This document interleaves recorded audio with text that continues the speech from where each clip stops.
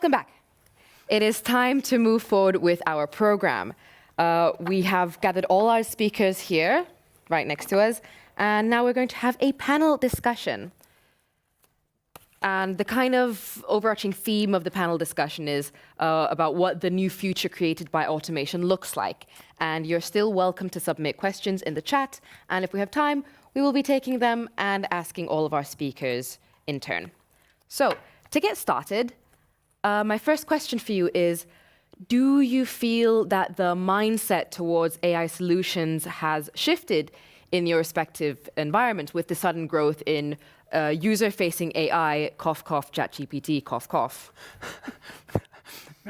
Maybe, obviously, Xiaopeng, we had a short discussion on this, so... Yeah, I can get started. So I think it definitely massive change in the environment that I've been operating. I've been working, with the AI for the past 6-7 years now. And, if I look at the past 3 months, we have seen more product announcements, than the past 3 years combined. It's just crazy.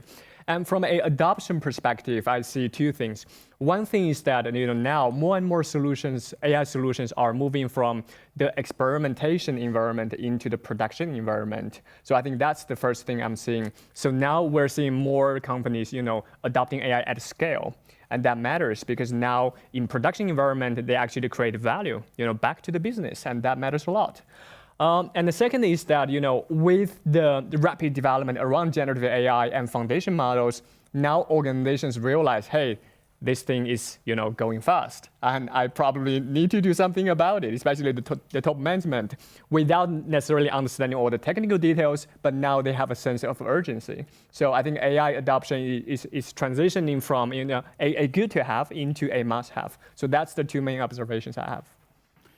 I'd just like to put it in very kind of, how did I see that, like from non-technical people's perspective.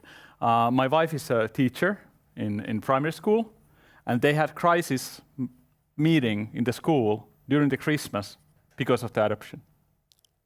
Because they saw that, students start using these tools to create papers, obviously. Yeah. And suddenly they were in the disruption, at that moment, discussing, okay, how can we deal with this? So it wasn't not a thing like some techies are doing. It's a thing that it all happened so suddenly that no one really had time to prepare. Or it was sudden for them. My wife was asking myself, you are working on this stuff? You did this. but again, and I've been a substitute teacher. My background is in educational psychology. I feel for these people, but still think that they are having a crisis meeting, that their students are using modern tools, that this is a code red. It's the conversation was biased or kind of having to kind of polarize. There was the fear kind of saying that, hey, they shouldn't, let's limit and restrict. And then there was also voices saying that, hey, we need to adapt. And there's no guidance from the government saying that, hey, this is how you adapt. They do it locally, right there, right then. Yeah. Can I just share one additional reflection? Because I think, we probably had, a similar reaction or cycle, when, internet search was introduced, right? Because suddenly you have this access to the massive knowledge base, and you as a student or as a teacher no longer need to remember all the information because now you have instant access on your phone or on your laptop. Yeah. So they probably did another crisis meeting back then, and then they learned how they can actually put that into use. And just in general, I think now as we're entering a new chapter of AI, we're going to see a cycle of emotional roller coaster, if you like. First, everyone would be super excited. This is amazing, this is magic. Yes. And then people start to think, what does this mean to me? Will I lose my job? And then people would be like, we also start to see some, misused, AI or, undesired results. So they start to become concerned or even fearful. And then later, as we as an industry become more proficient in our collective understanding of what's the limitation and possibility, we become more informedly confident about AI. I think that's the cycle we're going through right now again. Yes, maybe also some thoughts from my side. So I personally think that we also have to consider that we are still living in a kind of, let's say, bubble for part of the society, because there's a lot of part of society which don't have any feeling what comes to us now. Yeah? So I think we are kind of vanguard somehow. Yeah, even you more in the technical companies. Yeah? But there are still a lot of people who have not really a feeling what's behind. Yeah, and I think that takes still some years. Yeah. And like the Google CEO, sorry, said it's like the discovery of fire. Yeah? I think it's even more impact, because fire was not at once everywhere. Yeah? Because here that is now really overwhelming somehow, and it will take maybe some 1, 2, or 3 years until really all they are aware of what it means really. Yeah? So that's my personal opinion. This is such an interesting question. I'll just have a quick round. Please keep it short. But Danny, you said it's going to take few years. What if we're going to see, once we get, for example, in our office tools, we get a Microsoft Copilot. Yeah. We get a helper in all those, everything what you do, if your value creation is done partially or wholly with a keyboard, your job is going to change. So my question to you is, are we going to see that certain individuals, teams, and companies are going to take huge leaps? Is it going to happen already this year? What are your thoughts? Just briefly, I would like to hear it from everybody. Yeah, if you think it that maybe not on the company scale level, it could be that it's individual role or individual team level. I would say that definitely there's going to be, or that we already now see that there's going to be changes into it. Exactly, content creation, having an automated internet marketing. So you have all the data available, you have everything that you can actually produce a marketing campaign. So that automation is like happening like exponentially.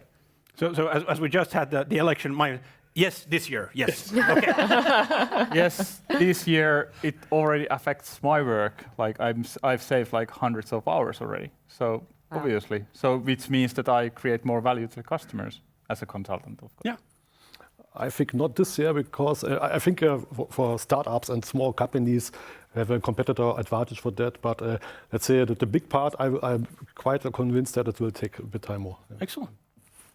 I think it's happening now already, but then of course it's happening, at a smaller scale. But then I think later this year we probably would start to see massive scale of implementations. So just quickly, I think one thing is that organizations like Finnair, will be adopting large intelligent applications like Copilot to increase your employee productivity. Yes. But then smaller organizations, startups or developers, they will be building a new wave of innovative applications on top of the foundation models. And they're going to build that in a matter of weeks, because they don't need to build training models, they can build on top of the foundation models in the cloud.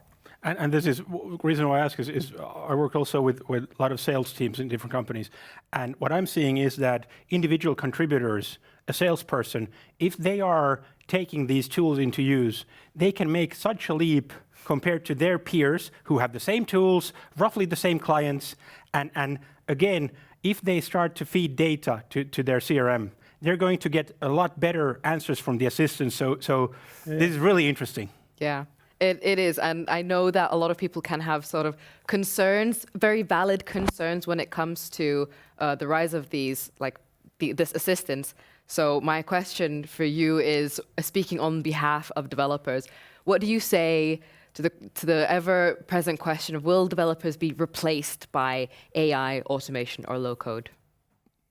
The short election version or the in between. In between. So definitely no. So I would say that we will use the productivity increase and the kind of the assistance that the AI will bring to bring more scale. We have plenty of things to be done and a lot of things that need to be improved. We are not half there yet with the kind of the whole digitization of everything. So yeah, it will increase rather than decrease. Yeah, plus from the conversation that you just had, it's very clear that it's a very people-first approach. Yes. Yeah. I think there will be like stages. Of course, it's hard to tell, but kind of that first we are just using it as an assistant, and then it becomes, I'm thinking like in development team, that you have a member which is AI. You just ask that, hey, Marko, create this, create that, make a prototype of this, and so forth. So it is a kind of team member, but in a certain kind of servant position. And then of course, the question then comes that, okay, what then? I mean, there's also like the discussion that, okay, why are we Why are we asking ChatGPT to create code? We're asking it to create code because we are humans and we need the code. Machines don't need the code. They just need the binary. So, and that's a scary idea. But at the same time, it's like, okay, it actually gives me as a developer kind of higher level abstraction problems to solve, which I think that we all should be doing anyhow. Yeah, I think that's a kind of evolution for a developer. Yeah? So, like the meteor in the Jurassic time when it crushes the Earth and the dinosaurs were terminated somehow. Yeah, so they have to find a way now to adapt to the environment. Yeah, and that sometimes is not possible over years. Sometimes you have to do it really rapidly. Yeah, and that is something a lot of developers have to think about where they can really focus on in future. But there still will be someone needed at the end who is managing the basic, somehow. Yeah, even this is a small part of people. Yeah, absolutely. I think in the midterm, this is going to be an evolution of the modern development stack. So, a decade ago, when you build a software, everyone starts from scratch. You write lines of code, thousands of them. And in the past years, you start to use APIs. They're like building blocks, right? And now we have large foundation models. There are new building blocks for developers, right? So it makes their job even easier. So I think that's more the evolution of what developers do or focus on. And the second thing, on the more short term, I actually think every developer is going to have an intern working with them, right? Think about the AI assistant as an intern, as a junior developer who can help you with some simple task, but need guidance, right? So on one hand, you train them, you guide them, you supervise them, but on the other hand, they would take over some of the more basic tasks. So you can focus on solving more challenging problems. Well, for now, it still can't get coffee.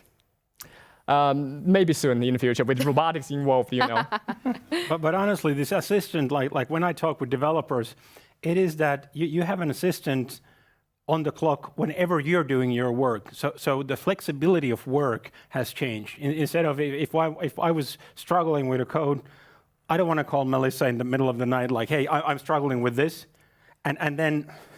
No. My point is, it is actually helping you in your prompt, like we just saw from Jon in creating the image. You have ready set prompts, so you can. Your assistant already knows your stack, what you're working with, what are you aiming at, and so the flexibility that these AI assistants bring is just vast. We have a question, maybe a follow-up to this. What can be done to reduce the paranoia amongst tech people and people in general about AI? And I would like to now go also in not just tech, but people in general. There are a lot of fears. Like one of the main newspapers in Finland a few years ago, they wrote a pretty nice piece about AI, but they had the Terminator.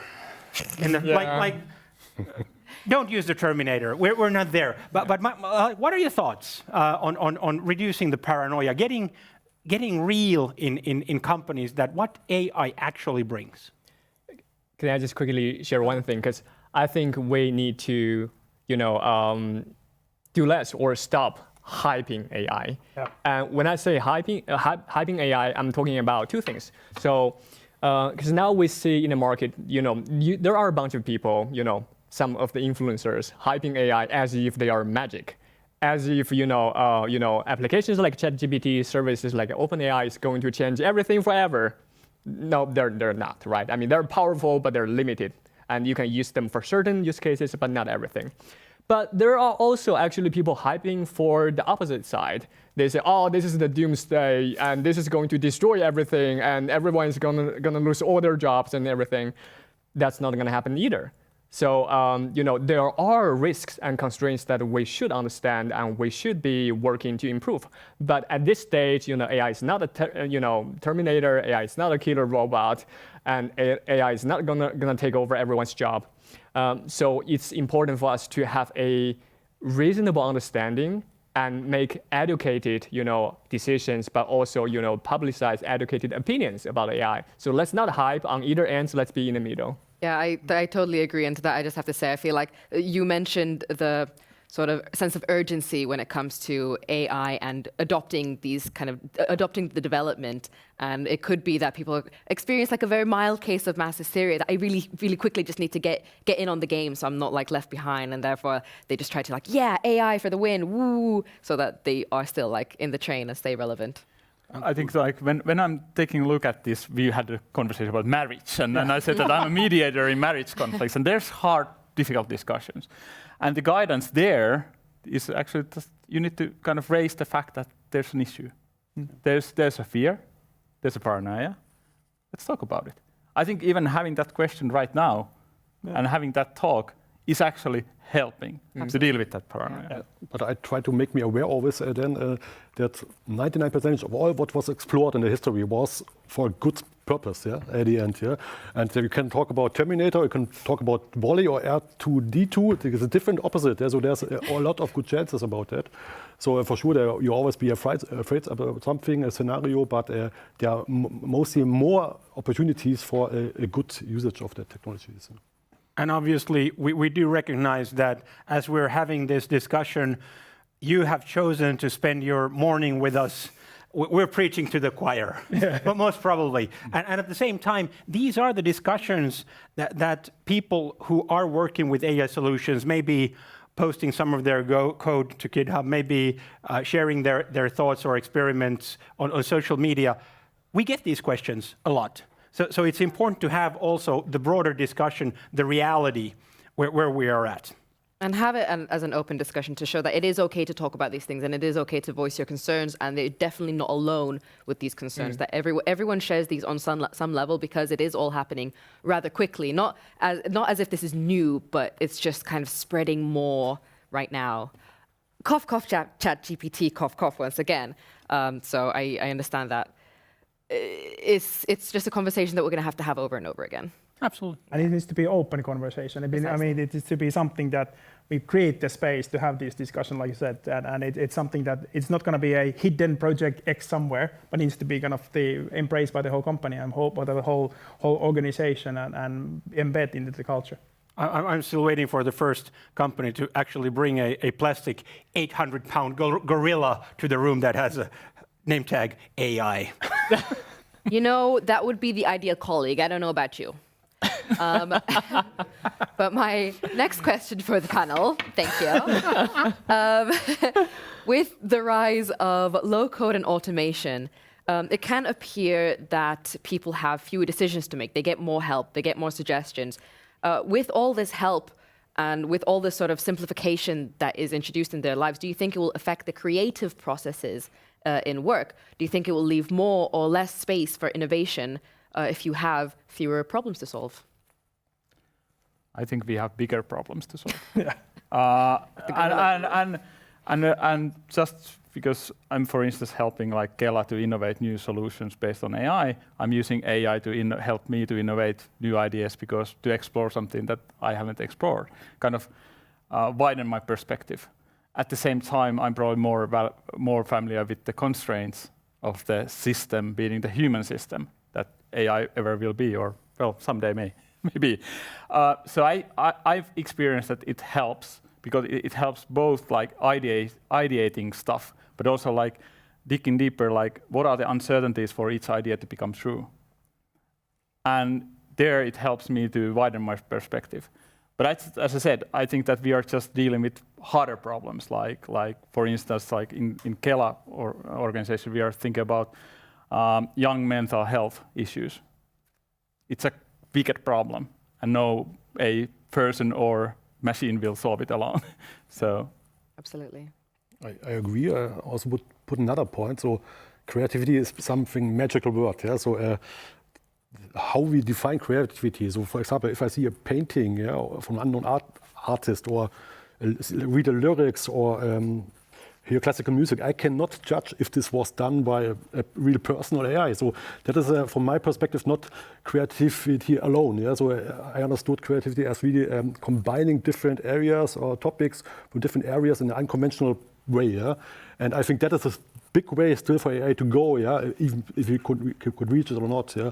And there was, I think there was in the 90s, I don't know if you have looked 90s series, there was a guy who called MacGyver, I don't know. Yeah. So that is a best practice, so that is unconventional, yeah, and that's something will not happen in the next time. That's my personal perspective. Yeah, and how I see it is that the amount of innovation actually will increase because you have more time to do the innovation, and actually you are also able to simulate things more, which then kind of gives you more access to more data, more simulation, and again more innovation, more creativity with the help of the AI, not kind of fighting against the AI, which one is more creative, but together be more creative. And this is what you mentioned, that you cannot recognize a classical piece if it was written by. I often do in the workshops that we do with management teams, we start, if people haven't used ChatGPT, we start with a text that not too many of us write on a daily basis. That is a love letter. And my question always is that because sometimes they're excellent, they're creative, and my question is that if you would get a love letter, would you be sad because it was written on a computer or AI wrote it? Because what's the other option? You had to take a goose and take the feather and then catch an octopus and take the ink and like you catch my drift. The point is that is exactly what I want. Put in the work. Exactly, but the end product we don't know. And today we're using, if you're writing text already now. Microsoft Word is helping you. PowerPoint is helping you. If you're using different tools for Grammarly, Ulysses, all these tools are there. So our text, hopefully many people use tools that are available already now. It is not what came out of my keyboard. So this is a really interesting point.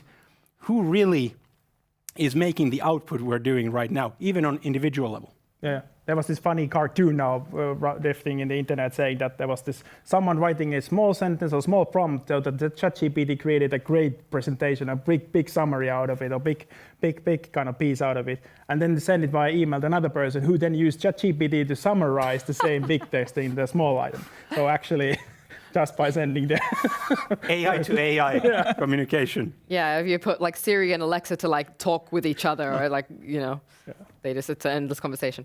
Anyway, so moving on to the next question, and as we're running out of time, it's going to be my final question. Now, Solita's slogan is impact that lasts. So this is obviously a shameless plug right here. So, this is our theme, impact that lasts. What is the first thing to come to mind when you think about a long-lasting impact in your particular work or life? I can answer that not on a technical level, so from not on a work life, but I see there's no technology and no AI which has so much impact than, for example, my kids, on my personal life. And that's a positive impact, and I think that will not be beaten by any other topic. Next. I already mentioned the young mental health issue, and just taking something that is at the same time something very kind of remarkable and personal, at the same time something that couldn't or nobody could have done. So with the help of data, we tried to identify preliminary cases, so people who were not yet treated, and we actually we found people who were not earlier identified, and like thousands of them. Wow. So yeah, that kind of makes you humble. Yeah, very meaningful. Yeah, for me, it's been more about the kind of use of external data, ability to make better decisions. I think that's something that will be long-lasting and has been now already there. So you're actually able to find the external views, find the customer views better, and improve the product that you actually are doing with the help of external data and an AI on top of it. And that's something that we are embracing heavily. Yeah, I think, just talking personally, the impact would be that I will become more productive at work. At the same time, I would be happier at work. And the same probably will go for developers, knowledge workers, and many other professionals. So that's something I'm looking forward to. So we actually can, not only have productivity gain, but also well-being gain by adopting AI. Just like how we enjoy having a laundry machine or vacuum robot at home, which allow us to spend time with our loved ones. Yep. And this is exactly what we're looking at. How can you be at your work more productive, more efficient, more human, have those human-to-human interactions, and then also being able to be happier in your life. Yeah, exactly. Just to add one thing, because with AI taking care of many of the mundane, repetitive tasks, now we actually get to spend more time with humans, and that's the human connection that we need more. Yeah. Excellent. What a full circle moment. It is. At this point, Solita Summit are excellent speakers of today. Thank you so much. Thank you. Thank you.